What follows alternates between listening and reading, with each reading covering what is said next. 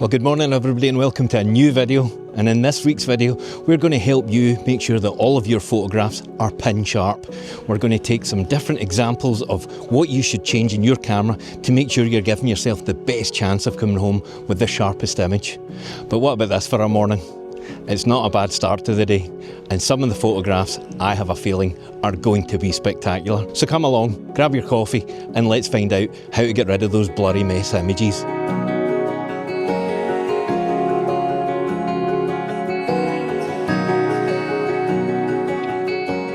Okay, so let's talk about shutter speed. Shutter speed is one of the key components to making sure that you get a nice sharp image.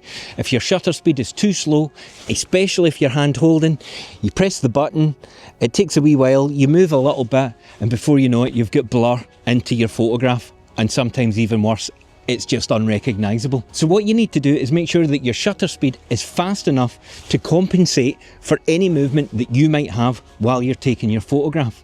So that could be anything from 1/125 if you're just starting out, or if your camera doesn't have in-body image stabilisation, then you might even need to go a little bit faster. So if you're going to err on the side of caution and have your shutter speed too fast, because although it brings a little bit of darkness into the image, you can then correct that by bumping up your ISO or changing your aperture. But when it comes to ISO, I would much prefer to have a nice sharp noisy image than having a perfectly clean blurry one, because the noise you can deal with, the blur you can't.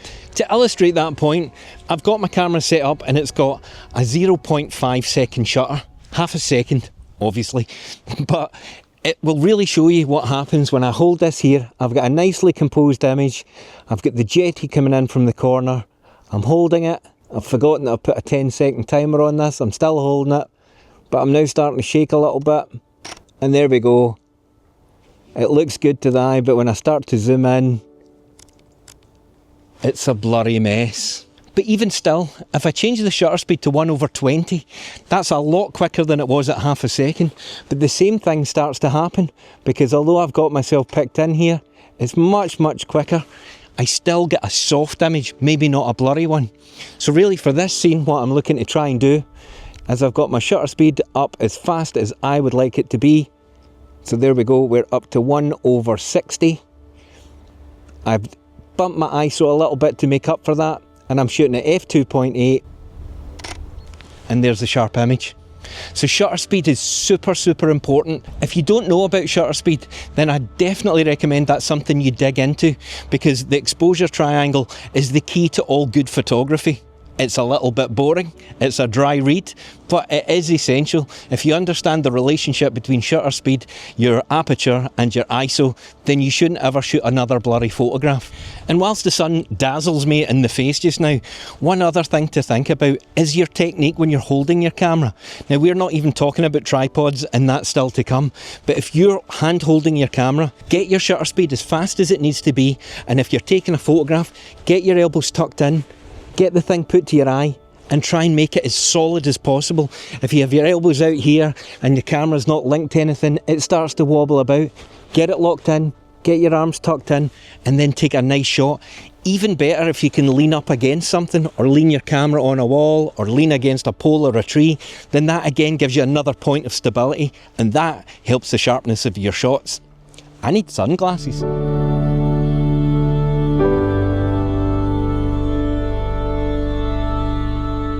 So unsurprisingly, we're on to tip number 2, and as you can see, it's using a tripod. It sounds incredibly boring, but believe me, it makes a lot of sense if you're trying to get sharp images, especially if you've got moving water, the clouds are moving, if there's a bit of a breeze, you've got the leaves moving, there's a lot of things to consider, and hand holding just adds that little layer of complexity that you don't need. So where possible, get your camera on a tripod, because it opens a whole load of doors for creativity. Because even though I'm on here, and in our previous tip we talked about having a fast shutter speed, I can now slow the shutter speed right down because I know it's not going to move.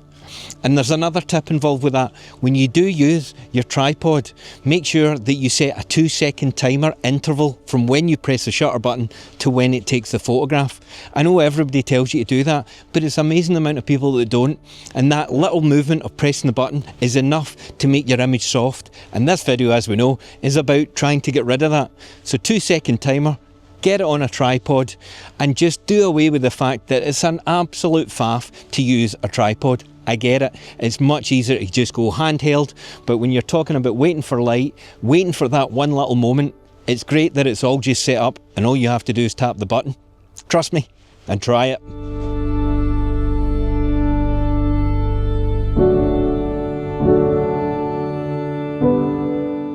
On to tip number 3, and that's to use the features in your camera. And if your camera has a magnifying glass, then use it, because then you can really zoom in and make sure you're focusing exactly where you think you are, because sometimes it is quite easy to make a mistake.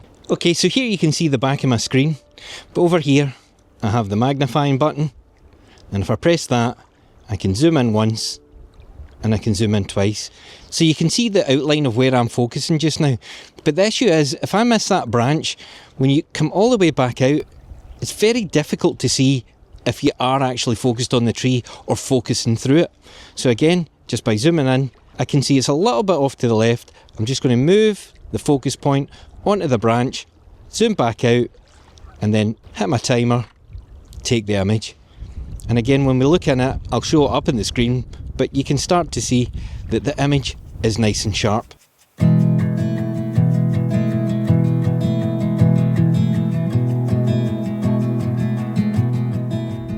There are white fluffy things with horns. We've had a run-in with them before. You might never get to know what tip number 4 is. Up, up, up, up, up, up, up. He doesn't like me. Okay, we're going to go backwards. Okay, so on to tip number 4. And tip number 4 is understanding your gear a little bit better, because you might have 1 or 2 lenses in your bag, and one might be f1.2 aperture all the way through to whatever it may be.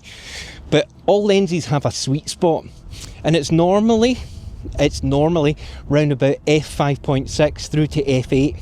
It's different on some lenses, but if you shoot in that aperture, then again you increase your chances of getting a sharper image.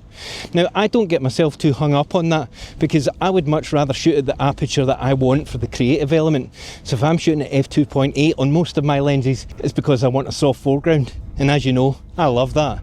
So I'm not really going to be shooting at f8 unless the situation demands it. If you're so inclined, you can take your camera into the back garden, set it up on the tripod, and then focus in on something and take several photographs at different apertures. Start at f2.8 or f4, whatever your lens's widest aperture is, and then start closing it down all the way through to f22. And when you review the images, one of them will be sharper than the rest, and that is your sweet spot. So if you're enjoying the video, guys, why don't you give it a wee like? And even better still, if you fancy subscribing, I would greatly appreciate it.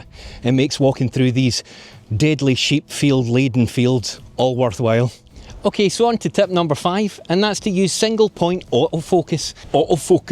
And if you're looking for maximum sharpness, then the best thing is to pick the most specific location in your photograph to focus on.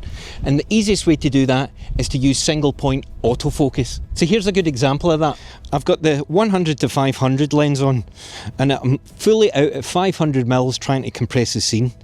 There's 4 little dips in this road, and I'm hoping that a motorbike is going to come over the end of that hill and then drive towards us. So using single point autofocus, I've selected just in the top right corner the position that I want the motorbike to drive into, and that's going to give me the most accurate focus. And all I have to do is wait, be patient, and hopefully a motorbike comes by.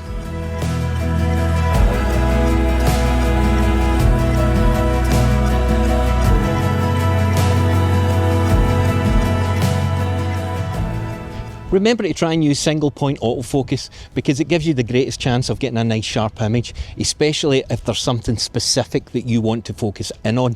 So this next tip isn't one of mine. It comes from a fabulous photographer called Rebecca Beelen from Belgium, and I'll put her Instagram down here on the screen and a link in the description. But basically, what Rebecca says is if you've got a photograph that you need to take and you absolutely need to make sure you get it sharp, then why not shoot in burst mode? Because sometimes the act of pressing the shutter button is the thing that creates the judder in the shot.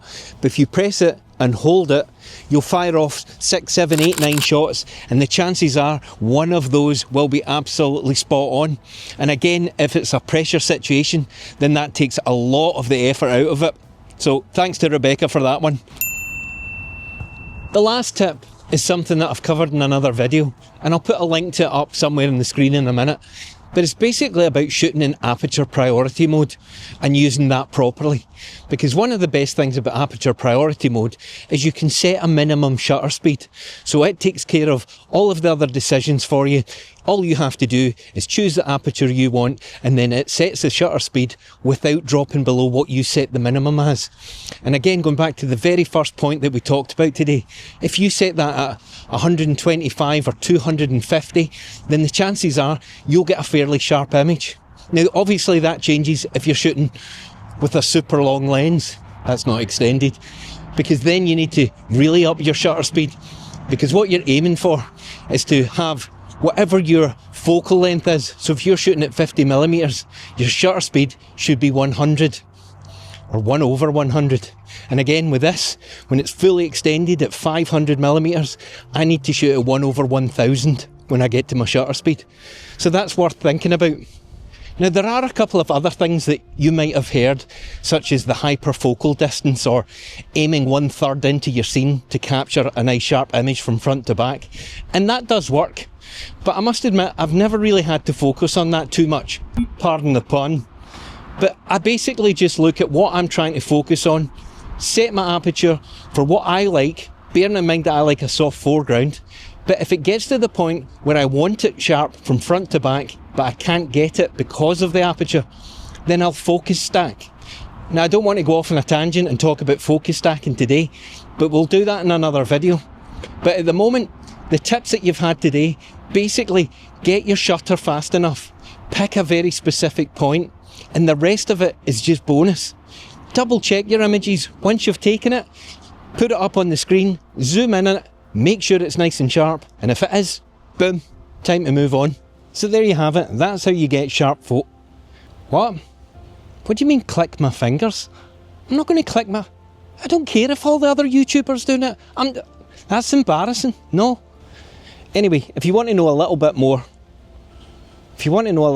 about aperture priority mode, then watch this video. I apologise for that.